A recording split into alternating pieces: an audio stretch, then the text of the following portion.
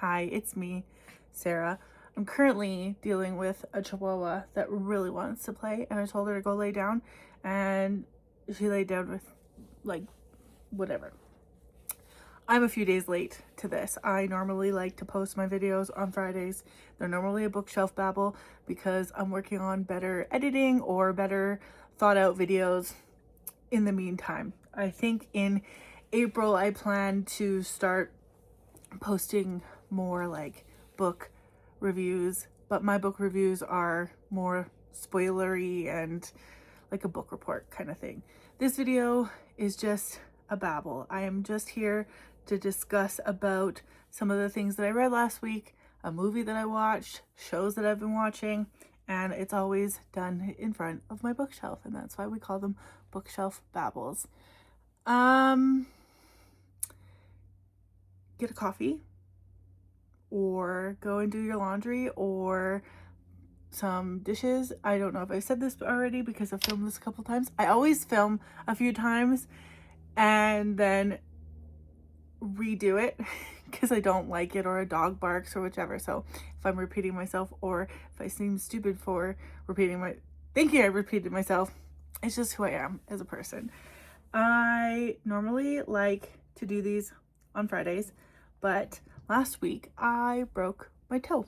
I am very sure that I broke my toe, and half of my foot is still purple from said breaking of toe. I have been focusing on school. I have 3 classes that need to be done quite soon, and I've just been into them.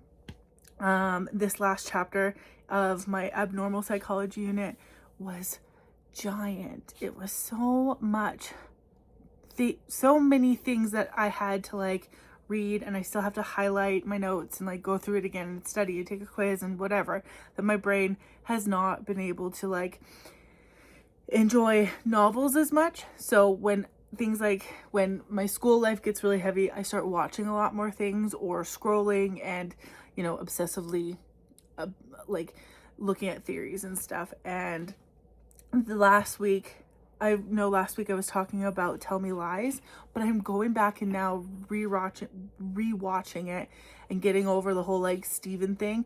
I think if you ignore him in the movie or in the show, like it's easier to tolerate it. But I want to go back and look at certain relationships and certain things that they're saying then at the beginning and see what hints they're giving out. And I have a theory about Brie and the phone call at her wedding. And people are always saying it's Wrigley, and like there's some theories that are being told that like they're setting Steven up about Macy's car accident. But then I'm like, what if Brie had something to do with the car accident, or had something to do with Drew dying in any way? That's not a spoiler at all. You find out Drew dies in the first episode. But I'm so obsessed with it, and like nobody is talking about if there's gonna be a season 4, because the showrunner Megan is saying that it's the end of I am paying attention to what people say, especially people who do shows like this where she's like, it's the end of Steven and Lucy's story. I'm like, thank goodness, but can you give me more Brie, Pippa, and Wrigley and Diana? Because I don't mind watching the show if Steven's not involved. Steven, like, Jackson White is obviously a super cutie, and him and Grace are so cute, and whatever. His character is just absolutely the worst.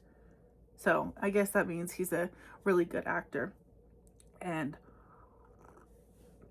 it's just such a good show. And I love Brie and Wrigley, and I love that kind of dynamic of, I don't know, I like toxic stuff, and that kind of like eases me into the movie that I saw on Friday, which was Wuthering Heights. There's never been a time where I have loved a movie so much, but I'm afraid to speak about it because I don't want anyone to get the wrong idea. I have tried to read Wuthering Heights when I first read Twilight because it's brought up in there, and when I read the After series because it's brought up in there too. And I just genuinely love the idea of it, and like how both Twilight and After, two series that I absolutely love, are like the authors just love Wuthering Heights. And I have tried to read it, and it's so hard for my little pea brain to understand everything in it. And I am rereading it on my Kindle right now, and I'm not like diving in deep like I do with some books, and I really want to like get the vibes, but I loved the movie. I went in with the criticisms that are going around right now about how Heathcliff was supposed to be a person of color and all these things. And I definitely think that if it was supposed to be more of a true to life adaptation, it would be perfect. And I went in wanting to not like it. But within the first scene, you guys, I made the decision it was my favorite movie. And it was not even because of Jacob Elordi or Margot Robbie. It was, I felt 6 different emotions before the opening credits even came in. That the cinematography and the way that it's laid out, it made me feel something. And a lot of movies don't make me feel something like that until halfway through, and I felt something the moment it started. And it made me question things, and it made me be like, oh, what do I feel? And then it only got better, and it was just so good in a visual point of view, and I loved her take on it all. I have seen that she was inspired by Jacob Elordi in Saltburn and his sideburns in it, and so I think that's the reason he was Heathcliff, and Margot Robbie, because she's a producer. I really liked her as oh, I just found a ring. I really liked her as Kathy, but I'm not a oh, my dog is trying to get a toy. Go get out of here, please. I'm not a purist in any way. Like I haven't read the book. I've tried, but I haven't accomplished it. And so I don't know too much. I know that it's supposed to be generational. Heathcliff is a complete asshole. And I don't think you see that as much in the movie as you do in the book. I think the book shows it a lot more because it is generational, and I hear that like he like gets into it with Catherine's daughter like along the ways. But I loved their dynamic, and only because I think when I go to read this book, which I am already reading, I think this adaptation is what everybody hopes they would have seen in it, like, or the romantic side of it all. I think that was it. But cinematic, like my eyes were happy the entire movie. It was happy the entire movie. I felt things. There was certain times that like the language was kind of confusing for me, and I could just see what they were feeling, and like this obsession, and like, is it love or is it just comfortability? And of the times, like, I really got the fact, like, you don't name a human that is the same age as you. Like, you get that there is a class difference there. You get that like he is supposed to be like of a thing, and she thinks she's more in some way, right? And you see that throughout the film. You see that how he acts and how she acts. Or when they talk about, you know, when I become rich, what would you be like? And the way that he thinks rich people treat people. And he goes off and he becomes rich, and they meet again, and he treats people like shit because that's what he was treated like, right? And I really got that. I liked, it was my favorite movie. And it's so crazy because I kind of knew certain things happened in it, but I didn't cry. There was times where I was like, this is like the raunchiest movie I've seen going into it, thinking of like period pieces, and that's what I liked, honestly, because I'm not a purist. I can't watch Pride and Prejudice, I can't watch Atonement, I can't, like, I get it, okay, like, but you always sit there and you think like, oh, I just want it to be a little bit more, I just want it to be a little bit more.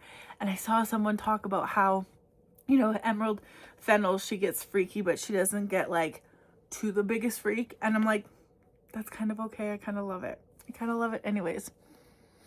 So I just wish I didn't do that. Oh, it's okay. But yeah, I think it's my favorite movie. I would love to go and see it again. I don't have time to, but I'll wait till it comes out on DVD, that ages me, on digital, so I can fall asleep to it every night and just watch it constantly.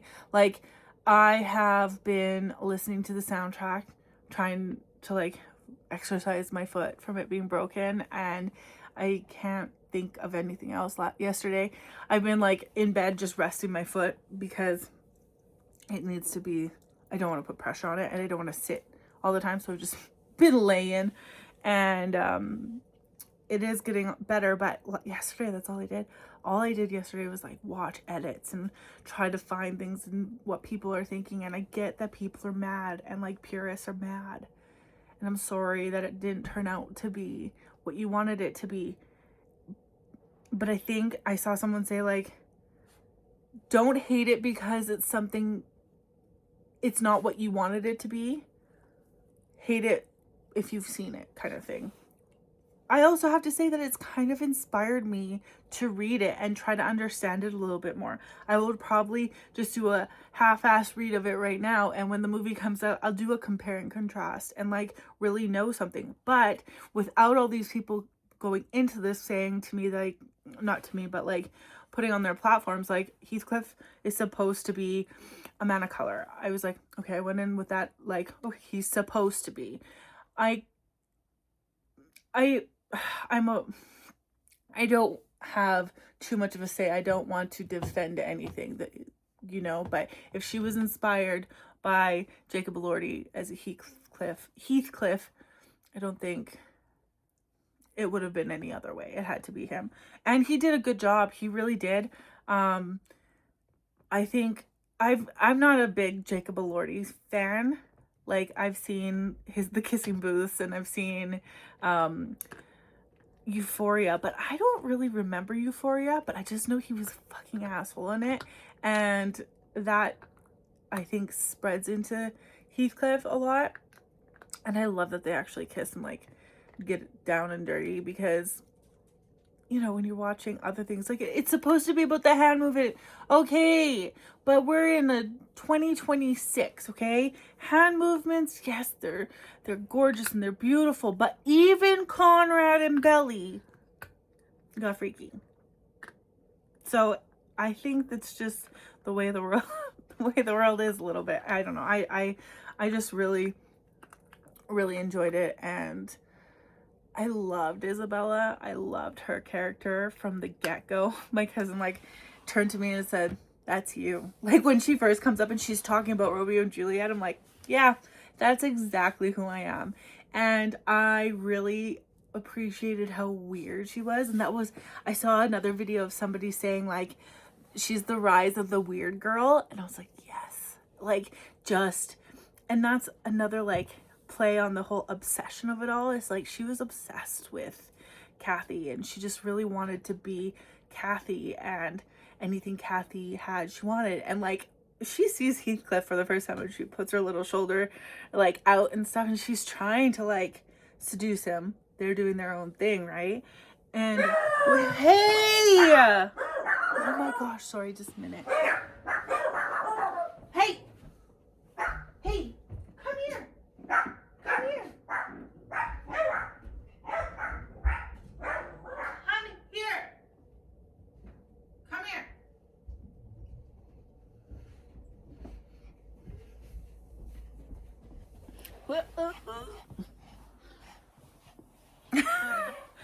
He's just gonna do that. I have to make sure, like, if he'll just sit and bark now.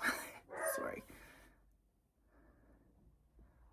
I am gonna start editing these. I'm gonna start filming these a couple days in advance so that if I do need to edit, it doesn't feel as daunting. My son's gonna kind of show me. I've done it before. I just don't love the idea of it. Anyways, I was talking about Isabella. Is that her name? Yeah, her name is Isabella.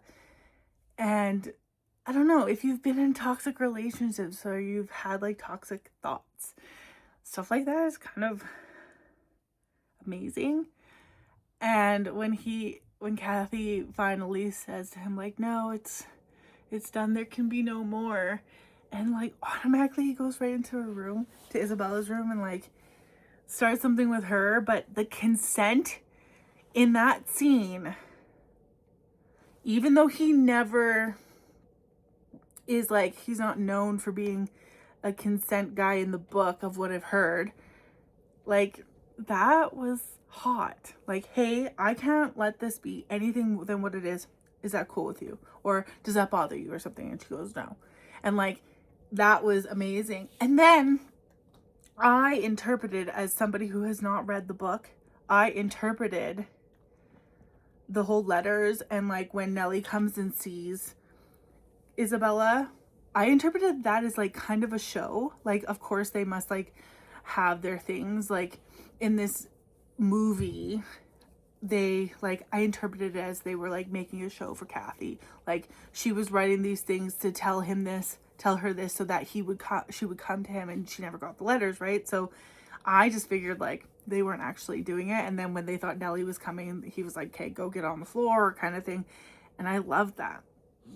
Like, I loved every second of the movie. The only time, I normally am not a bathroom goer in the movie, and I had to go like in this one, and I went when Nellie had apparently told Edgar about Kathleen and Heathcliff, and I was like so sad that I didn't see that part. But other than that, like I really loved it, and I don't think I would have ever read the book again if I hadn't seen it, because it does give you this like little background information. I think the most disappointing book to movie adaptation is Twilight I've ever seen. Like I hated Twilight's adaptation. I'm gonna stop saying it because I can't say it properly, but I hated Twilight's. Like they missed so many important things in that made it so much better than just like what it is now. And like I was really upset. Like you go see Twilight in concert and they laughed, and I really really really really hope Kristen Stewart does redo it, and I will watch that. I will be in theater, because the book isn't funny. Like Twilight's book is not funny. It's not. It's like I sobbed during Twilight to the point of not being able to breathe. And then the movie comes along and everybody's laughing at it. I'm like, oh, this sucks. Like, why? Like, if you had never read the book, you wouldn't understand Twilight, right? And you can't like watch Twilight and then read the book because of whatever. But yeah, I really like Wuthering Heights. I would say it's my favorite movie of all time, to be honest. But again, don't take what I like personally. I do hope that one day somebody can make a mix of like incredibly beautiful and accurate of Wuthering Heights. But I just don't see the point of like getting so mad at something for it not being what you want it to be. And I'm 100% understanding of the fact that like it's not like there's a political statement, but I don't think she was trying to make so much of a political anyway. I think she made a different political statement with this. I really do. Like I think it was beautiful and heart-wrenching, and it made me feel 16 different feelings that I've never felt before. I just loved it. And that's all I'm going to say for now. When the movie does come out, I'm able to dissect it a little bit more and read the book and put two and two together. I'm sure I will. But in the meantime, it was very, very good. What else did I watch? I watched The People We Meet on Vacation with Tom Blythe. Liked it. It was okay. I think I should have read the book, because I think there's certain things in it that would have been a little bit better. And Tom Blythe, I think, needs his accent. but don't listen to me. I've never seen him other than in the Trials of Quinn and stuff. Like, I don't even think I'd listen to that. I haven't even seen the Hunger Games. I think he plays that in there too, right? I don't know. I think he does. What else? I don't know if you guys read or watch those drama box videos where like they're like the quick cheesy ones. I watched the one where I watched one of them this week. Oh, frick, what was it called? Oh, hi, Hello Stranger, I Love You or something. It was actually really good. It was probably one of the best ones I've seen. I really like the actor that plays in that. He's got a goofy little smile and brown hair, and I really like him. Or I know the other actor's name, Jordan Purcell, where he's like the tall guy, and like I watched the one with the bigger girl, and then anyone in there, because I like a 6'4", dark hair, dark eyed guy, obviously. But yeah, those are some of the things I watched. I got a really nice comment on my last video that I'm going to go and respond to now after I upload this and get this going, and I just really appreciated it. This is just a little passion project of mine. I want to be able to come somewhere and like listen or talk about the books that I have read or the shows that I've read, because they do fill up my extra hours in a day, and there are things that I think about constantly, and I know that everything is related to that and whatnot. I do plan on doing other things once I actually have to do these things, but for now, this is what this is. There is gonna be things in my videos, hopefully. I love makeup and I love wellness, and I have advice and stuff to say to people who might have a child with a chronic illness. I also, maybe I should do like a about me video kind of thing, but I'm a yapper and I have many interests, and I just, yeah, every single time we do this, I want to preface this of, if you don't like what I have to say, or you have something to add, or you have a comment, or you have suggestions, please put it in the comments below. I will lovingly look up your recommendations or have a conversation with you about things that you think about. I am returning a whole bunch of my books from the library today, because not today, well, maybe today, I don't know, sometime this week I'm returning them all, because they are giving me anxiety because I can't read them all, and I already have so many that I have to read. I'm trying to finish When the Moon Hatched. I'm reading Wuthering Heights. In the meantime, I'm finishing my unit. I finished my unit, got to review it. I have another unit I have to finish, have some short stories to read. So who knows, maybe I'll talk about those later on when I'm done the assignments with them. And yeah, I think even though this is late, I appreciate the fact that I don't have anybody watching and nobody's looking forward to it yet. And I hope you have a wonderful rest of your Sunday. I guess it's a long weekend this weekend, so I hope you have a good extra day off. And if you don't have an extra day off, you are easy on yourself and you take a break when you can. And yeah, I'll talk to you later. Wait, I got this cool thing. It turns it off and on, so I don't have to be like that, but I do it anyways. Anyway, thank you so much for watching. Bye. Oh, it doesn't stop it. I didn't do that. While we're still here, please subscribe. If you click the subscribe button, it's great. If you click the notification button, it will let you know when I post. You can also follow me on Instagram. I do post stories there often. I post photos and stuff more so there than anywhere else. So if you would like to follow me there, that would be great. Okay,